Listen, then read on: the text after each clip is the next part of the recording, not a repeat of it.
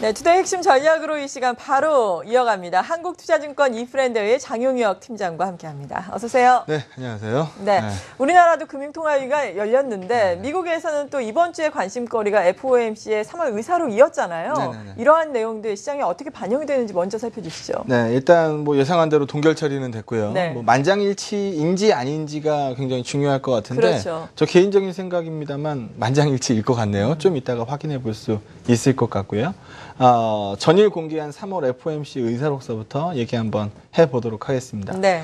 영어로 써 있는데 제가 볼 부분은 네모박스 쳐놨거든요. 예. 같이 한번 보죠. 일단 논란이 있는 건 맞는 것 같아요. 그래서 일정 부분의 위원들 같은 경우에는 6월에 올리자라고 얘기하는 사람도 있어요. 그리고 연말까지 뭐 금리를 좀 올리는 작업을 해야 된다라는 부분이 좀 있고요. 네. 여기도 보게 되면은 커플러브가 나왔으니까 2명이죠. 2명의 위원 같은 경우에는 16년까지 올리지 말자라는 얘기를 하고 있어요. 그럼 분명히 논란은 있다는 얘기입니다. 여기에서 고용하고 인플레이션 2%에 근접한다라는 합리적 확신, 뭐 이 부분에 대해서 앞으로도 포커싱을 할 거니까 급격한 금리 인상 가능성은 없지 않느냐라는 부분으로 말씀을 드리고 있는데, 왜 6월 인상론하고 9월 인상론, 심지어는 연말, 뭐 내년에 뭐 올리자 이런 얘기들이 왜 이렇게 시장에 민감하게 오고 있는 것일까요? 오늘은 이 부분에 대해서 화두를 던져보고자 합니다. 네. 일단 어제 S증권사에서 평이 하나 나왔는데 어떤 평이요? 저하고 아주 똑같은 생각을 갖고 계신 분이 평을 쓰셨더라고요. 그래서 소개를 한번 해보죠. 파티가 열리고 있어요. 지금 시장에서 파티라고 하면 유동성 파티인데 저금리를 기반으로 한 유동성 파티가 한참 진행 중입니다. 1년 전만 하더라도 중국 상해 종합주가지수하고 우리 대한민국 종합주가지수하고 2000포인트로 동일했어요. 근데 지금 우리 대한민국 주가지수는 3% 올랐고요. 중국 상해 종합주가지수는 4,000을 찍었으니까 더블 났네요. 네. 100% 오른 겁니다. 그러면은 과연 이렇게 유동성 장세가 진행되는 동안에 대한민국 시장은 득본 게 없는데 외국인들 입장에서 한번 생각해 보자는 겁니다. 유동성 파티, 12시에 파티가 끝난다라고 가정하고 과연 지금은 몇 시쯤 시계가 갔을까? 라는 부분에 화두를 던졌는데요. 물론 12시 파티가 끝나도 뭐 새벽 1~2시까지 술 취해서 돌아다니는 사람들은 있을 수 있어요. 근데 그런 사람들은 제외하고 일반적인 투자자들을 가정했을 때 12시에 파티가 종료된다라고 하면은 뭐 에피타이저만 먹고 뭐 본 식사 하지도 않고 나가는 사람도 없을 거고 대부분 12시 막장까지 파티를 즐길 텐데 뭐 마지막 남아있는 술 한 방울까지 탈탈 털어먹고 나가는 게 자본시장의 생리라고 본다라고 하면 지금 몇 시쯤 됐을까? 이 몇 시쯤 됐을까가 시장에서 미국의 지금 조기 금리 인상 가능성이 6월이냐, 9월이냐, 연말이냐, 내년이냐 여기에 대해서 시점을 제시한다라는 겁니다. 만약에 6월이다. 그러면 지금 뭐 거의 다 온 거죠. 12시 종치기 일부 직전이라는 얘기예요. 네. 그러면 지금 파티에서 막장 분위기가 빠져나가야 되는 거고 9월이다. 그러면 뭐 한 11시쯤 된 것 같다라는 얘기가 나올 수 있겠죠. 그러면 마지막 남아있는 1시간 동안 남은 술 가져와 봐라. 뭐 이렇게 얘기할 수 있는 시점이라는 거죠. 그래서 시장에서 내심 불안한 겁니다. 이 그림을 보면 답이 나올 것 같은데, 자, 파티를 즐기자. 제로금리를 만들어줬고요. 이 파티를 즐기는 동안에 월드 인덱스가 이렇게 올라왔어요. 그러면은 지금 누가 봐도 파티가 한창인데 여기에서 만약에 지금 시장이 기대하고 있는 게 9월 금리 인상이고 9월 금리 인상이면은 지금 11시경 됐을 테니까 남아있는 1시간 동안 술 가져와 봐라 라는 얘기를 했을 때 과연 어떤 메뉴가 나올 것이냐, 어떤 시장이 대안으로 부각될 거냐, 그 부분에 대해서 생각해 보자라는 겁니다. 최근에 제가 차트를 여러 개 보여드렸는데 기억나실 거예요. 선진국도 그렇고 이머징도 그렇고 EPS 따는 떨어지고 상대적인 PER 따는 올라가서 세 글자로 줄이면 고평가. 근데 우리 대한민국 시장 보게 되면 상대적으로 기업의 어닝, EPS 값은 올라가고 있고 밸류에이션 값은 빠지고 있기 때문에 정반대되는 현상이 벌어지고 있죠. 그러다 보니까 우리 시장은 세 글자로 줄이면 저평가.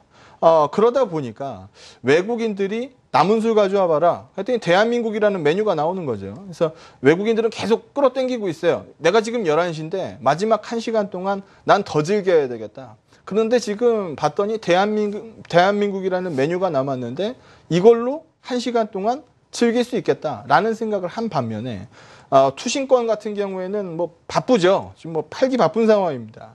과연 이 벌어지고 있는 괴리가 과연 언제까지 갈 거냐라는 부분에 대해서 시장의 방향성이 결정되는 거고, 방향성 논리는 외국인이 잡고 있죠. 기관이 잡고 있는 방향성 논리가 아닙니다. 그래서 기관들이 곧 항복할 거다라는 관점에서 쳐다보면 금융위기 터지고 나서 주식형 펀드에서 편입 비중이 90% 아래로 떨어진 적이 있어요. 이건 재앙입니다. 재앙.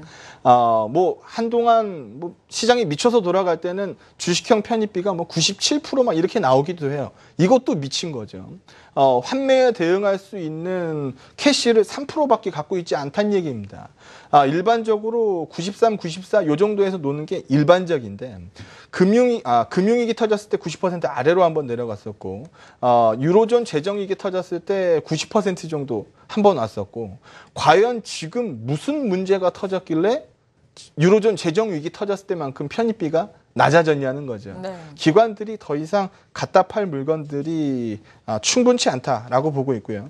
충분히 매력적인 후발주자로서의 매력을 갖고 있는 대한민국 시장인데, 증권사들은 4월 전망에서 모두 다 1950에서 2050을 찍었습니다. 지금 주가지수 한번 보시죠. 그거보다는 높아 있어요. 외국인들이 연속성을 못 보여줘서 그렇지 어제 같은 경우에는 충분히 빠질 시장 아니다 라는 부분에 힌트도 줬었거든요. 그래서 이런 부분들을 감안해서 본다라고 하면 어제 3월 FOMC 의사록을 공개하면서 지금이 11시경 됐을 거다. 아직 시간이 남아있다. 파티를 즐길 수 있는 시간이 남아있다라는 힌트는 제공했다라고 보고 있고요. 선진시장, 뭐 인도 증시, 뭐 중국 증시, 뭐 인도네시아 증시, 이미 유동성 파티가 벌어진 증시를 제외하고 아직 움직일 수 있는 남은 메뉴를 쳐다본다라는 입장에서 생각해 보면 대한민국 증시는 지금부터도 마지막 1시간, 파티는 맨 마지막 시간이 굉장히 화려하거든요. 여기를 즐길 수 있는 준비는 슬슬 돼가고 있는 거 아니냐라고 판단합니다. 네. 그렇다면 제 매수 시점이 지금 왔는지 궁금한데, 어제 선물 시장에서 외국인들이 큰 폭으로 순매수하고 삼성전자도 많이 올랐잖아요. 네. 제 매입 시점이 온 건가요? 어떻습니까? 일단 제가 3월 FOMC 결과 나오고 나서 이익 실현 말씀을 드렸고, 그렇죠. 그게 19일이었으니까 그 이후서부터 시장이 별 재미가 없죠. 그리고 제가 계속 말씀드리는 게 시장이 부러지는 시장은 아니다. 재매입을 하겠다. 근데 재매입 시점에 근접한다라고 판단하는데 명확히 돌격 앞으로 뭐 이런 식의 시그널을 주는 상황이 안 나오고 있으니 네. 매수 대기자들은 조금 천천히 뭐 느긋하게 기다려보자라는 쪽의 의견을 말씀드리고 있는데, 금일 만기일이고요. 뭐 동시만기일은 아닙니다만 옵션 만기일이고, 금통위 금리 결정이 동결 처리로 발표가 됐고, 그런데 여기서 끝이 아니죠. 한 번 더 내리겠다라는 얘기가 분명히 나올 거예요.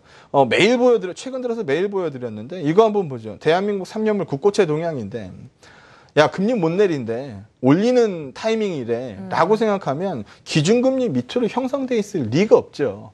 오늘은 동결됐습니다만 뭐 한 번 더 내린다라는 얘기가 충분히 나올 수 있는 시점입니다. 미국이 9월에 금리를 올린다. 그럼 우리한테 남아있는 기간은 5개월. 그러면 5개월 동안에 대한민국의 금리가 한 차례 더 내려서 1.5% 금리를 찍을 수 있는 가능성은 남아있고, 물론 1.5% 밑을 찍을 가능성은 거의 없다라고 봅니다만 한 차례 정도 우리도 추가적인 완화책을 쓸 수 있는 여지는 남아있지 않느냐라는 네. 부분입니다. 세 조각 퍼즐을 하나씩 살펴보죠. 일단 첫 번째 조건입니다. 외국인들 선물. 분명히 어제 퍼포먼스가 보여줬어요. 그렇죠. 누적 매수량으로 본다 하더라도 상단부 쪽에 가깝습니다. 그러면은 뚫고 올라갈 수 있는 힘을 주느냐 마느냐, 여기에 관점을 둬야지. 제일 관건은 연속성이에요. 오늘은 빠져나가고 있잖아요. 네. 뭐 2,000계약 정도 빠져나가고 2,300계약 정도 나가고 있는데 연속성을 보이면서 시장의 활력을 불어넣는다. 이러면 할만하다라는 거고, 연속성을 못 봤으니까 아직 완벽한 출발 신호가 울린 건 아니죠. 비차익 리드. 정말 간만에 근래 들어서 외국인들 비차익이 1,700억 들어온 날이 있는지 한번 보시죠. 없어요. 이렇게 들어오니까 기관들의 매도물을 상쇄해 줍니다. 오늘도 외국인들은 비차익 223억 정도 들어오고 있거든요. 물론 투신이 300억 팔고 있어요. 이 상쇄되는 물건량이 어제처럼 크면은 지수가 플러스가 박히는 거고 아니면은 뜨뜻미지근하게 반응이 나오는 건데 일단 연속성 부분은 보지 못했네요. 삼성전자. 기관들이 그렇게 열심히 시장에다 매도를 하는데 삼성전자만 유일하게 선별적으로 매입을 잡고 있어요. 그러면 과연 시장을 밑으로 보면서 끌고 가고 있는 기관들의 행태인가라는 부분에 대해서도 생각해 보시기 바랍니다. 세 조각 퍼즐로 봤을 때 매입 타이밍에 근접하고 있다는 말씀을 굉장히 많이 드리고 있어요.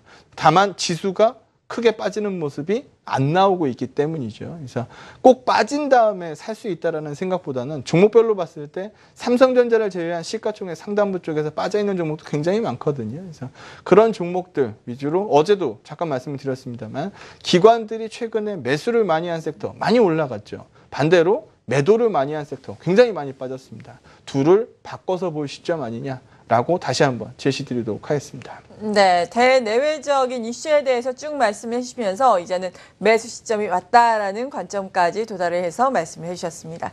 자, 이주열 한국은행 총재의 발언이 오늘은 상당한 하루가 되겠는데 기자회견이 지금 열리고 있습니다. 현장 연결해 보죠.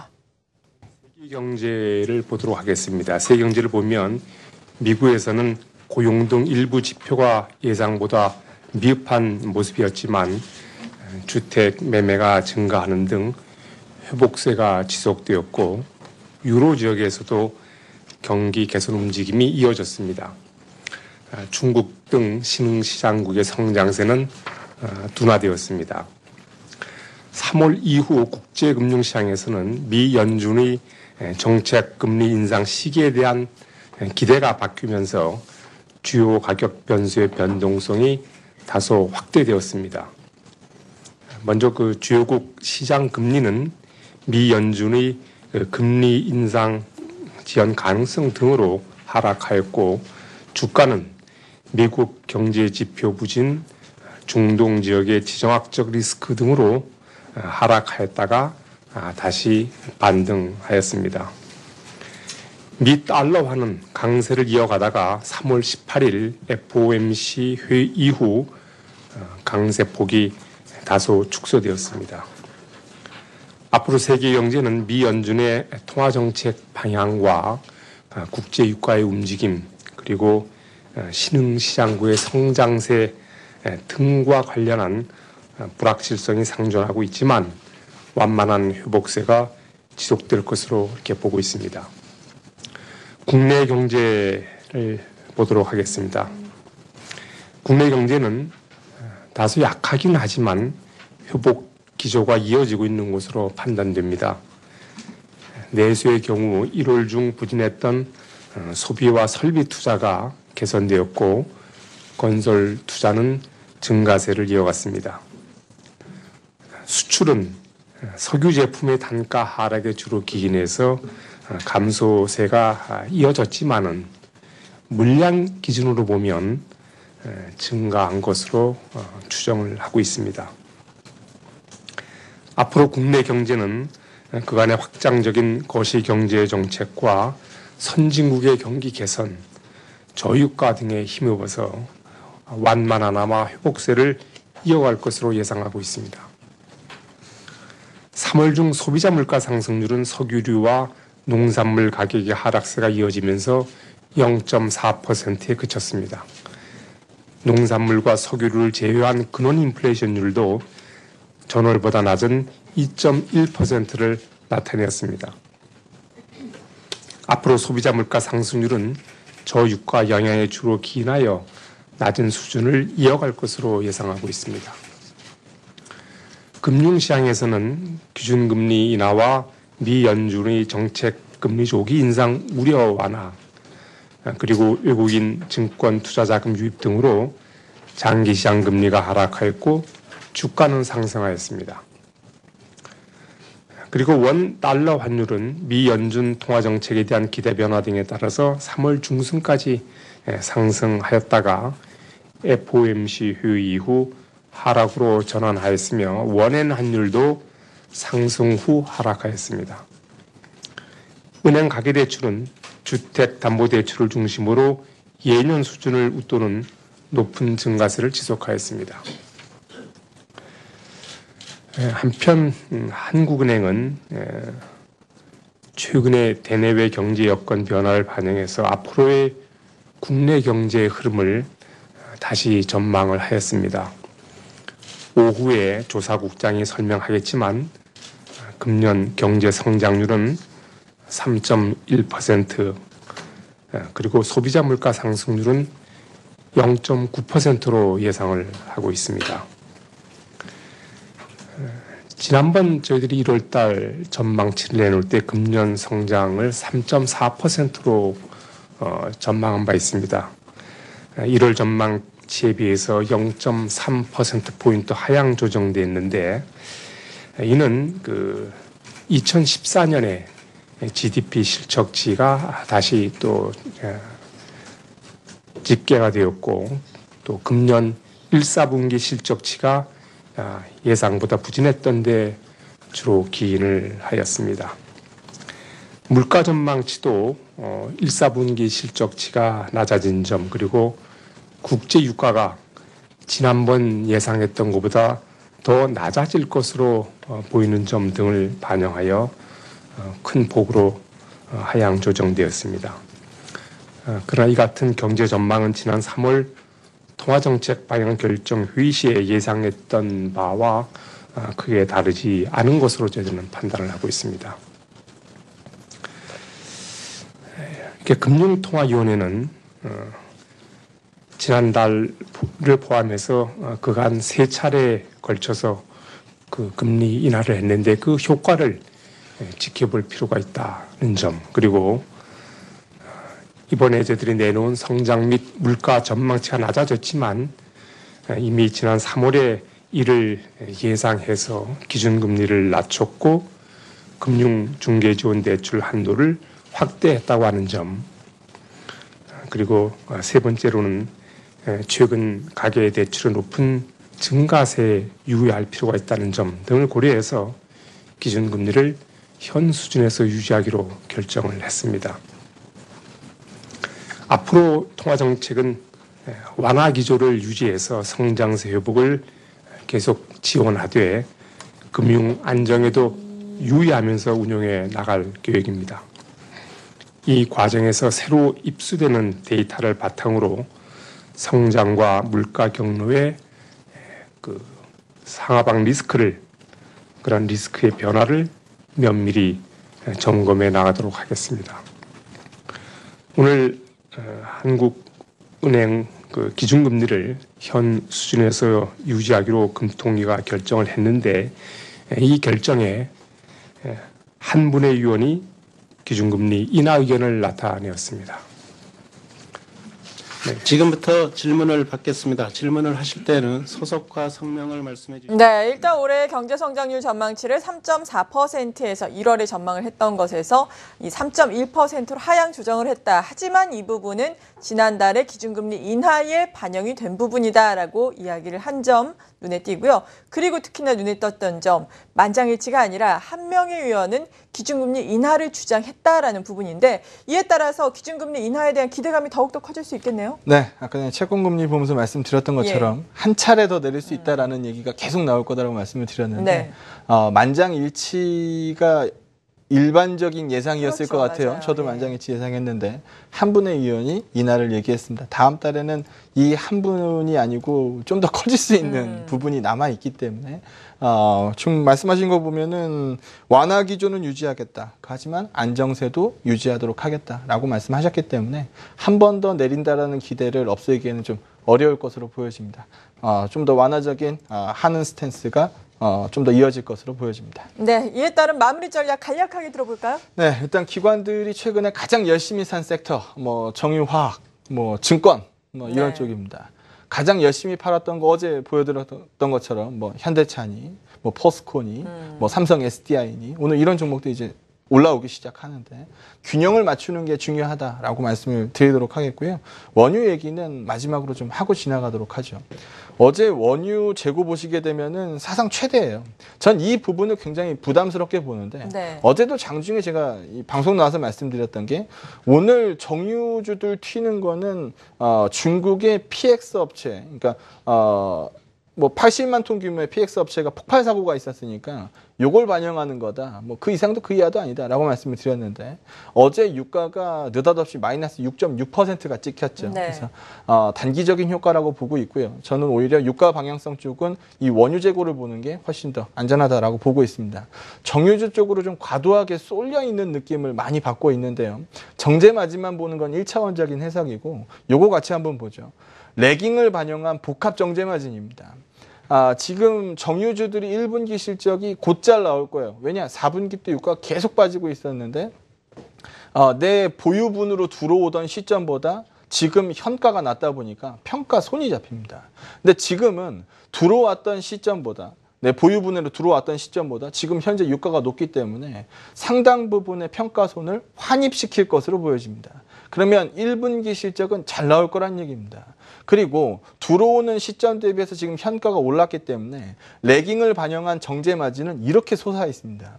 그런데 날 더워지면은 정제 마진은 비수기가 들어가요. 그러면 정제 마진이 떨어지는 시기에 돌입할 거고 만약에 여기에서 유가가 하방 쪽으로 다시 한번 움직임을 잡는다라고 하면 레깅을 반영한 복합 정제 마진은 다시 한번 빠집니다. 이 부분에 대해서 정유주들 쪽 상당 부분 이익 실현할 수 있는 레벨에 온 것 아니냐. 기관들의 수급적인 이슈가 굉장히 컸었기 때문에 팔아도 좋은 시점에 왔다. 오히려 기관들이 이제까지 굉장히 많이 팔았다가 머리를 드는 종목 쪽으로 관심을 옮기는 게 낫겠다라는 의견 지속하도록 하겠습니다. 네, 한국투자증권 이프랜드의 장용혁 팀장이었습니다. 감사합니다. 네, 고맙습니다.